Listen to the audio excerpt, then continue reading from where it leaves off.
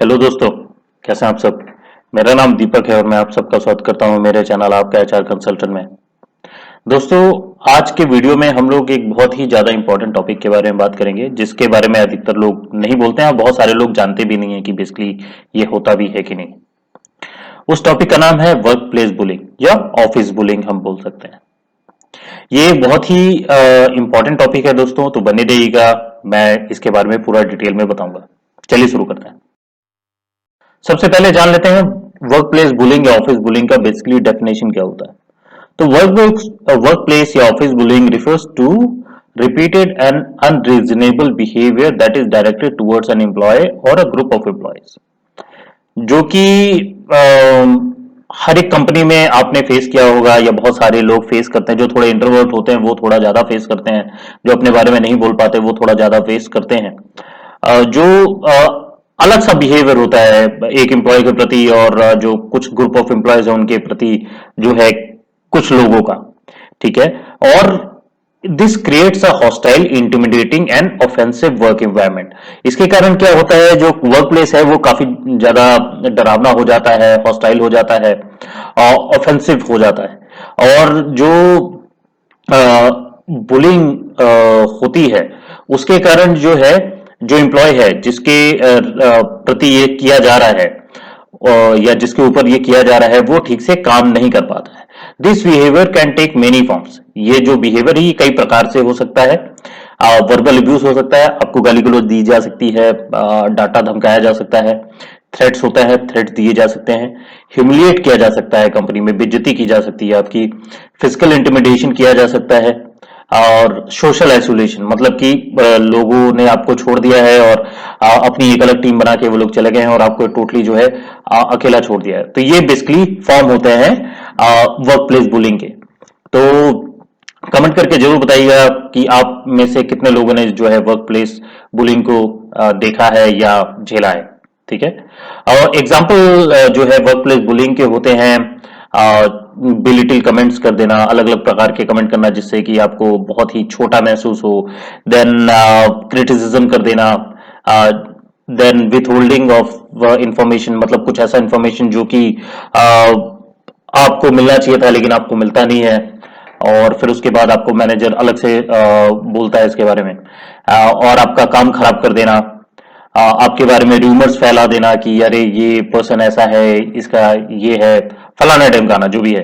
और मीटिंग्स वगैरह जो इंपॉर्टेंट होती है उसमें आपको इंक्लूड नहीं करना, सोशल इवेंट्स वगैरह जो होते हैं उसमें आपको इन्वॉल्व नहीं किया जाता है, और कई बार जो है फिजिकल अब्यूज और थ्रेट तक भी बात चली जाती है। तो ये बेसिकली वर्क प्लेस बुलिंग या ऑफिस बुलिंग के एग्जाम्पल है। तो होप आप लोगों को वर्क प्लेस बुलिंग या ऑफिस बुलिंग समझ में आ गई होगी दोस्तों। चलिए आगे बढ़ते हैं। अब यहां पे वर्क प्लेस बुलिंग का डेफिनेशन तो मैंने बता दिया। अब इसके कारण इफेक्ट्स क्या आते हैं, इंप्लॉइज के ऊपर क्या इफेक्ट आते हैं जो कंपनी में काम कर रहा है जिम्मेदारी से।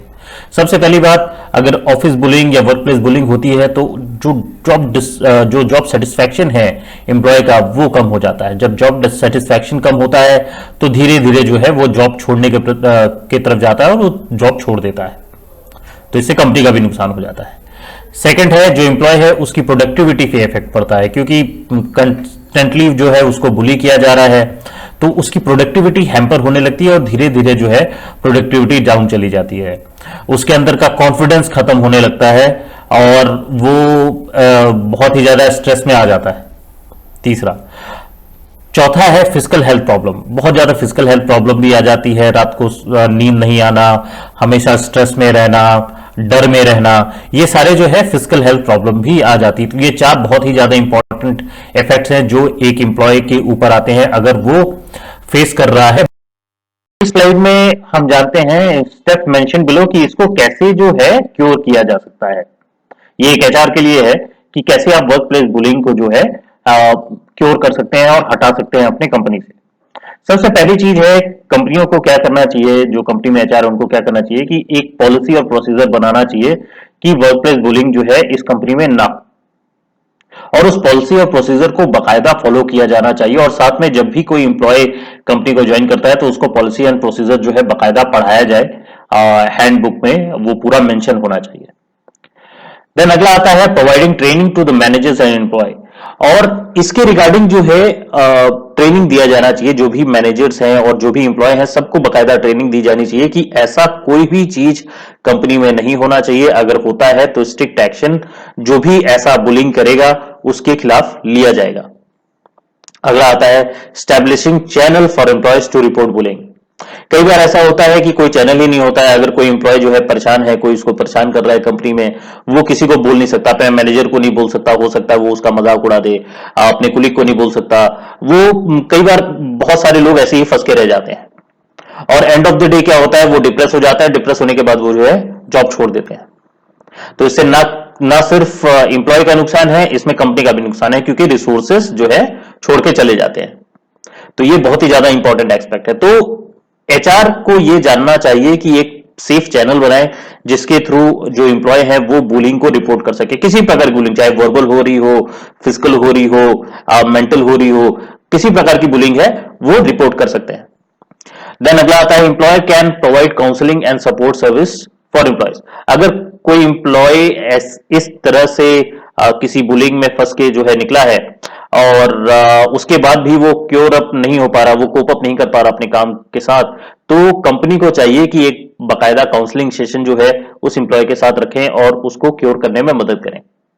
चलिए आगे बढ़ते हैं। बस दोस्तों आज के लिए इतना था।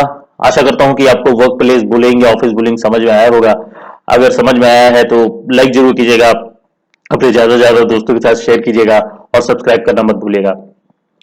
मैं ऐसे ही नए नए कंटेंट आप लोगों के लिए लेके आता रहूंगा।